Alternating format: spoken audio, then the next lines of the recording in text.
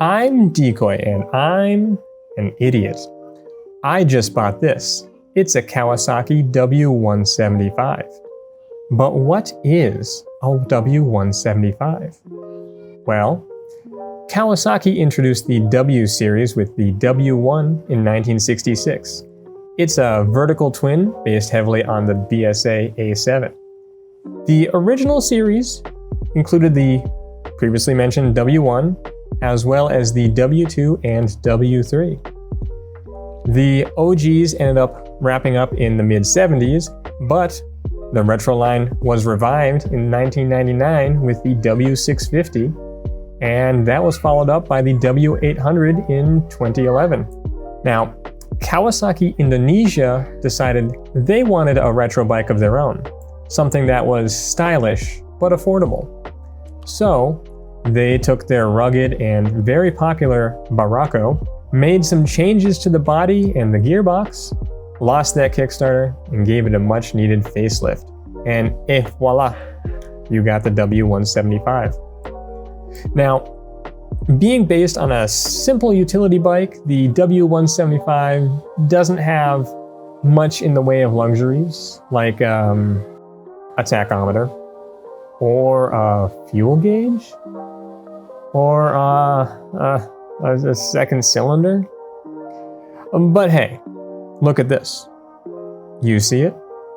That is a disc brake. So that's an upgrade over the Barako.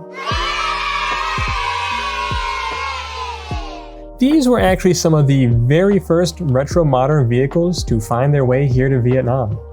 Originally, you could only get them through private imports, but then they started to be sold through Kawasaki dealers here in the country. Alright, so mine is a 2018. Not that the model year makes much of a difference, considering they haven't really changed much until the 2024 model, which has EFI. But that's really only in Indonesia and India, so obviously mine doesn't have that. Anyway, it has a single-cylinder 177cc engine, which delivers 9.2 kilowatts at 7,500 RPM. That's about 1/10 of a 65 Mustang for my fellow Americans. And 13.2 Newton meters, or about 9.7 foot-pounds at 6,000 RPM. It originally had a Mikuni VM24 carburetor, which on this one was replaced, and a 5-speed gearbox with a wet multi-disc clutch. It's got a 30mm telescopic fork in the front and dual shocks with adjustable preload in the rear. Some markets actually got a single-channel ABS model, but they were never offered here in Vietnam, so naturally I won't have that. Mine is, however, an SE model, which means, well, it's got a two-tone paint scheme, more chrome, special tank badge, and should have SE decals on the side panels. Yeah, that's definitely worth an additional $2 million, isn't it?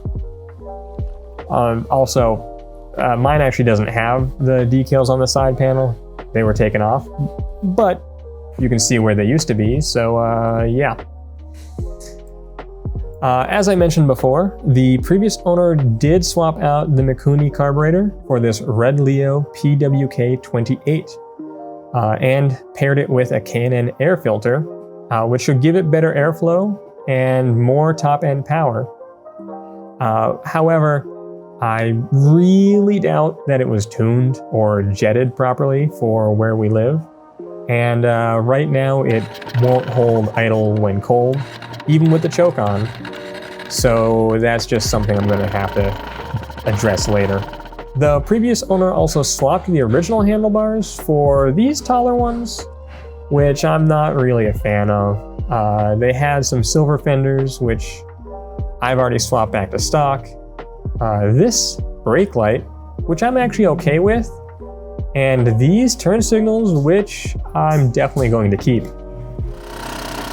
Now, the W175 is not what I would call fast, but it sure is a hell of a lot better than the 112cc Scooty Pup Jr.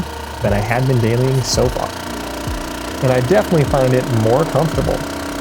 So, well, we'll see what sort of adventures I end up taking it on. And you should stay tuned if you want to see me do some work on this thing and take it out on the streets. And I know it sounds dumb, and I hate when people say this, but likes and subscribes really do help push new channels to more viewers. And I would greatly appreciate if you could hit both of those buttons. Anyway, I've been Decoy, and I'm still an idiot.